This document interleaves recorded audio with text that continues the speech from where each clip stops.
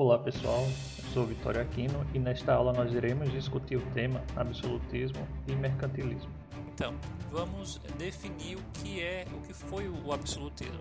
O absolutismo foi um sistema político e administrativo que ocorreu em alguns países da Europa, como a França, a Inglaterra, a Espanha e Portugal. E ele foi desde o século XVI até o século XVIII.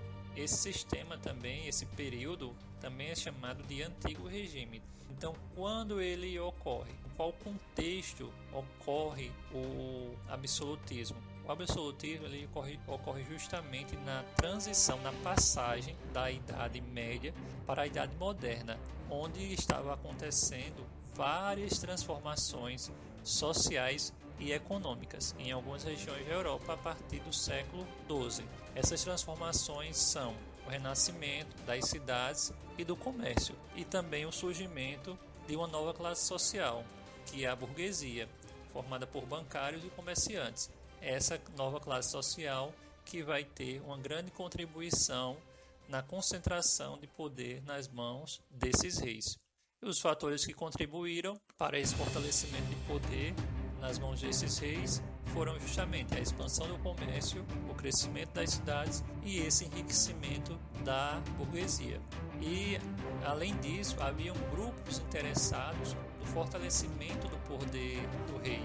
Os camponeses, naquele momento, eles viam esse poder centralizado nas mãos dos reis com uma possibilidade de superar a condição de servidão e submissão que eles tinham da nobreza feudal, da época do feudalismo. Então, para eles, isso poderia ser uma possibilidade de sair dessa condição de servos da nobreza feudal. Já os nobres, eles haviam perdido suas riquezas durante as cruzadas e dependiam do Estado para ter seus privilégios, como não pagar impostos, por exemplo. Então, os nobres eles viam uma opção vantajosa apoiar o Estado, esse fortalecimento do poder real desse Estado forte, desde que fosse mantidos seus privilégios. Já a burguesia, a nova classe social que a gente citou, como eles eram comerciantes, então a ideia de uma moeda unificada, ou seja, uma moeda que funcionasse em todo o território,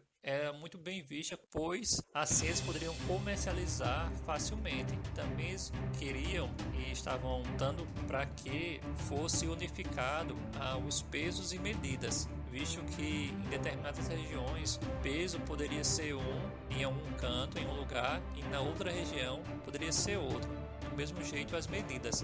Então, com a unificação, ou seja, com uma ideia só do que sejam os pesos e as medidas, facilitaria as atividades comerciais. Também a cobrança de impostos passaria a ser feita pelo Estado e não mais pelos feudos, o que tornaria para os comerciantes, para os burgueses, comércio melhor em diferentes regiões. Eles poderiam ter um comércio mais barato em diferentes regiões. Já os reis tinham um grande interesse nesse desenvolvimento da burguesia, desse apoio da burguesia, pois esse dinheiro que a burguesia possuía, essa classe que vai se tornar uma das mais importantes, que possui a riqueza, esse dinheiro era necessário para a manutenção das despesas do Estado, que é pagar os funcionários, manter o exército, etc. Então a burguesia ela fornecia também, além de ajudar nas despesas do Estado, através dos impostos que pagavam, ela também fornecia pessoal capacitado para a administração, pois eles estavam já habituados a trabalhar, a fazer negócios, transações comerciais.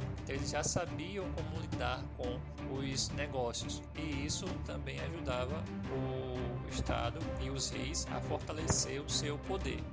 Já a Igreja Católica era o único grupo social naquele momento que não via com bons olhos esse fortalecimento do poder real. Por quê? Isso, a Igreja, o clero no caso, que são padres, os bispos, etc., eles acreditavam que isso poderia ser um perigo ou representar o fim de seus privilégios. E aí eles, num primeiro momento, não estavam do lado do fortalecimento do poder real.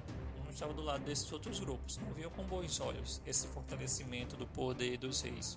E aí nós temos algumas características do Estado moderno. Esse Estado moderno que vai possuir como sistema político o absolutismo. Esses Estados modernos, eles vão possuir algumas características em comum, que é justamente a autonomia dos governantes perante a interferências externas, porque o que acontecia antes era que a igreja interferia muito nas decisões dos governantes, e aí com a formação do Estado moderno, esses reis eles vão possuir um pouco bem mais de autonomia para tomar as próprias decisões. Uma outra característica do Estado moderno é a unificação do sistema monetário, que a burguesia lutava para que houvesse, que é o sistema de moedas só, que circulasse todo o território do Estado. Uma outra característica que é a instituição de leis nacionais, ou seja, leis que funcionassem para todo o território. Assim ficaria mais fácil averiguar crimes, praticar a justiça e etc. Porque com as leis nacionais elas valeriam em todo o território e assim poderia ser aplicada mais facilmente. Não teria a discussão de que uma lei vale em um canto e a lei não vale em outro. Ela valeria em todo o território nacional. Outra característica do Estado moderno é a criação e manutenção de um exército. Por quê? Porque para manter o Estado moderno, para manter seu funcionamento e evitar que grupos tentassem acabar com ele, era necessário muitas vezes em guerras também o uso da força. E o exército, a criação de um exército e a manutenção dele era essencial para que esse poder existisse. Esse poder concentrado nas mãos dos reis, ele continuasse a existir. Por fim, a última característica do Estado moderno é a organização e da arrecadação de impostos, que é criar um sistema tributário, um sistema de arrecadação. Como vai arrecadar os impostos da população, da sociedade, dos burgueses? Então, a burguesia teve muita influência na organização dessa arrecadação. Bem, e aí nós temos os teóricos, novo tópico, nós temos os teóricos do absolutismo, que são os pensadores que tentavam justificar essa concentração de poder nas mãos dos reis.